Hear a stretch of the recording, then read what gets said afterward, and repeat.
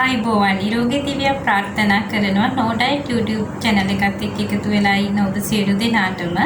ඉතින් අදත් අලුත් ආහාරයක් සම්බන්ධයෙන් ඔබත් එක්ක දැනුම බෙදා ගන්න තමයි මේ සූදානම් වෙන්නේ. ඉතින් අපි හැමෝම ඉතාමත් කැමැත්තෙන් ආහාරයට ගන්න අපි හැමෝම දාන්න මේ බිත්තර සම්බන්ධ සෞඛ්‍යයට කොයි විදිහටද බලපාන්නේ කියලා විමසා බලමු. බිත්තර කියන්නේ පෝෂ්‍ය පදාර්ථ බහුල ආහාරයක්. අපි මේක කියනවා ප්‍රෝටීන් ඇන් නියුට්‍රියන් පවර් හවුස් එකක් කියලා හඳුන්වන්නේ මෙන්න මේ නිසා.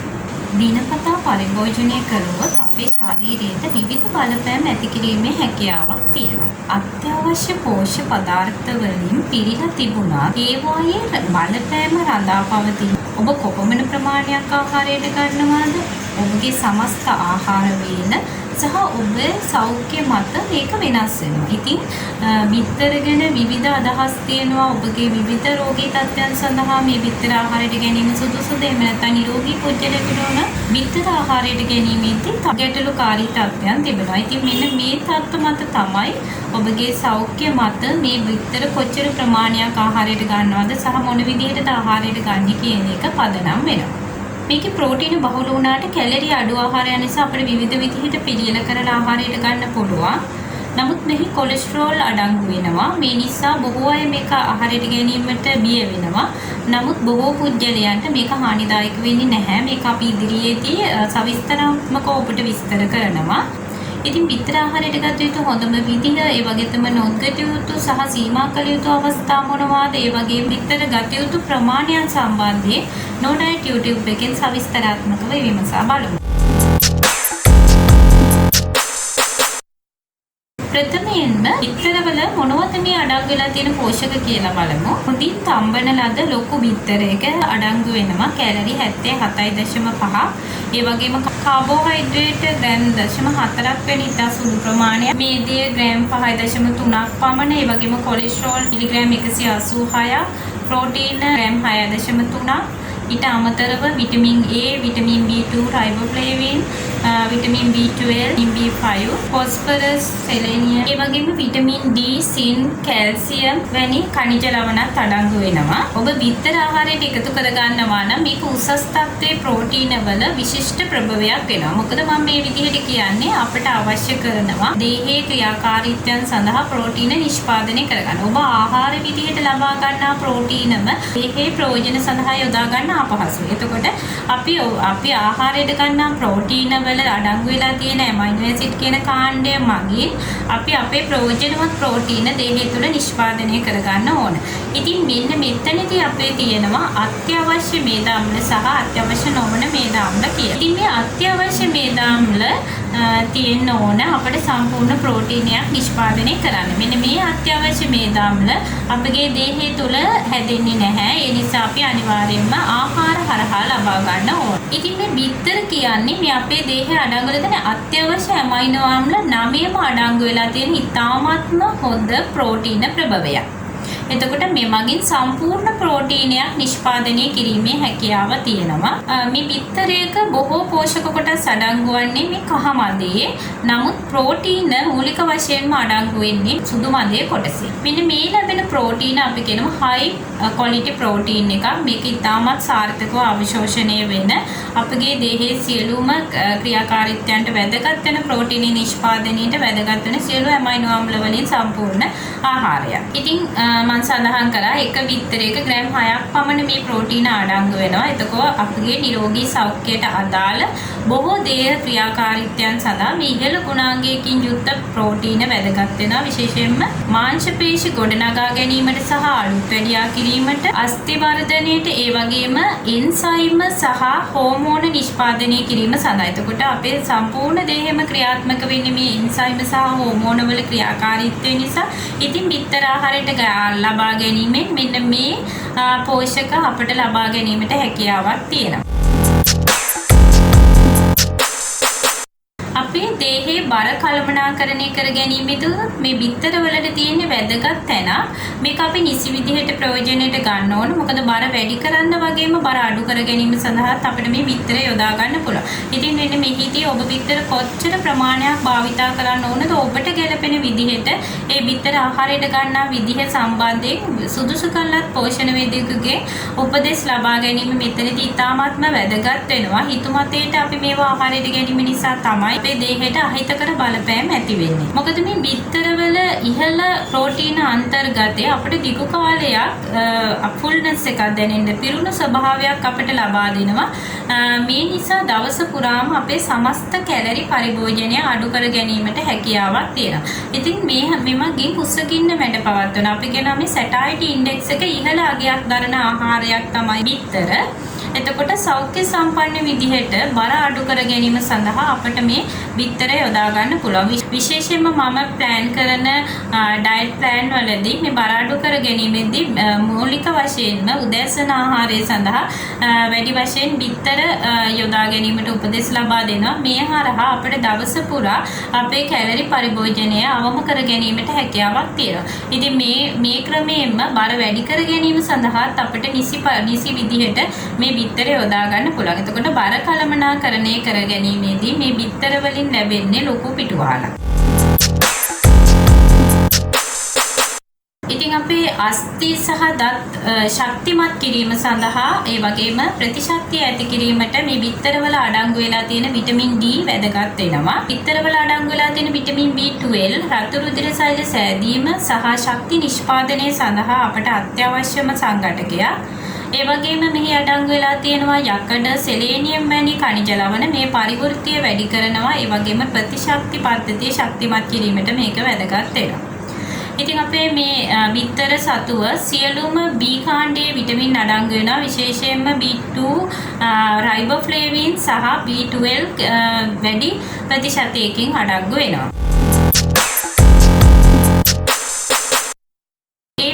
නෙමෙයි හෘද සෞඛ්‍ය ප්‍රවර්ධනය කිරීම සඳහාත් අපිට මේ බිත්තර ලොකු පිටුවහලක් ලබා දෙනවා. හැබැයි මේක ඔබට ගැටලුකාරී වෙන්න පුළුවන්. මොකද ඔබ දන්නේ හෘද රෝගයක් වැළඳීමට වැඩි ඉඩකඩක් තියෙනවා මේ බිත්තර පරිභෝජනයේ. ඒ වගේම තමයි හෘද රෝගීන්ටත් බිත්තර ලබා දෙන්න ඔබ තරමක් බිය වෙනවා. නමුත් බොහෝ පුද්ගලයන් තුල කොලෙස්ටරෝල් මට්ටම සැලකියුලිත ඉහළ යාමක් සිදුවන්නේ නැහැ මේ බිත්තර පරිභෝජනයේ.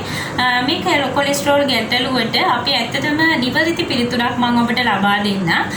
කහ මදේ මිලිග්‍රෑම් 180ක් පමණ මේ කොලෙස්ටරෝල් වැඩි ප්‍රතිශතයකින් අඩංගු වෙනවා.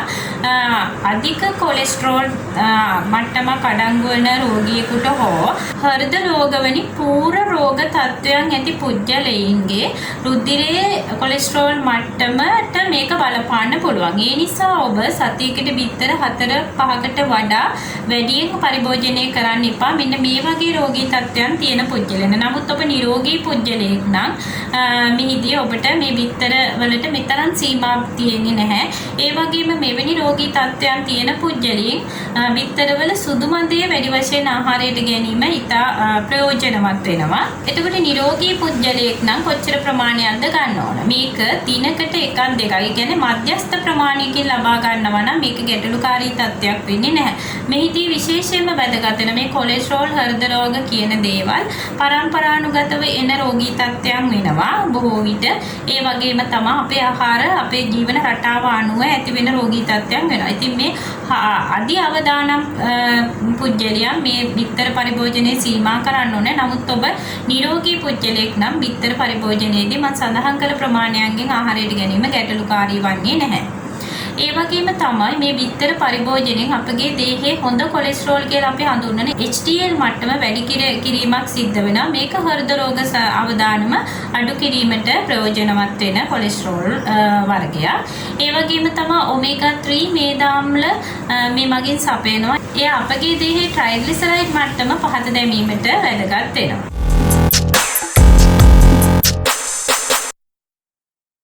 ඉතින් මේකේ වැඩි වශයෙන් විටමින් A අඩංගු වෙනවා. ඊට අමතරව තවත් ඇසේ සෞඛ්‍යයට වැදගත් වෙන පෝෂක සහ ඇන්ටිඔක්සිඩන්ට් අඩංගු වෙනවා. ඒ නිසා අක්ෂ සෞඛ්‍යයට මේ බිත්තර පරිභෝජනය ඉතාමත් ගුණදායක වෙනවා. මෙහිදී ඇන්ටිඔක්සිඩන්ට් විදිහට ලියුටින් සහ සියක්සැන්තින් කියන මේ ඇන්ටිඔක්සිඩන්ට් අඩංගු වෙනවා.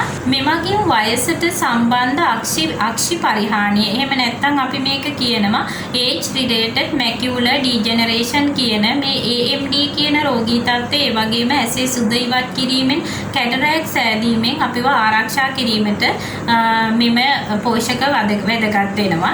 ඒ විතරක් නෙමෙයි ඇසේ ඔක්සිකාරක ආතතිය අඩු කර ගැනීමට මේ පෝෂක ඉවහල් වෙනවා. කහමදේ ඇති මේ සංයෝග කහමදේ ඊට අමතරව තෙල් මේදය ෆැට් අඩංගු වෙන නිසා මෙම පෝෂක උරා ගැනීම ඉතාමත් හොඳින් සිදු වෙනවා. අපේ මේ මොළයේ ක්‍රියාකාරීත්වය මොළයේ සෞඛ්‍යයට ඒ වගේම මතකයට මේ බිත්තර පරිභෝජනය ඉතාමත් වැදගත් වෙනවා. මෙමගින් බිත්තරවල අඩංගු වෙලා තියෙනවා කෝලින් කියන පෝෂකය.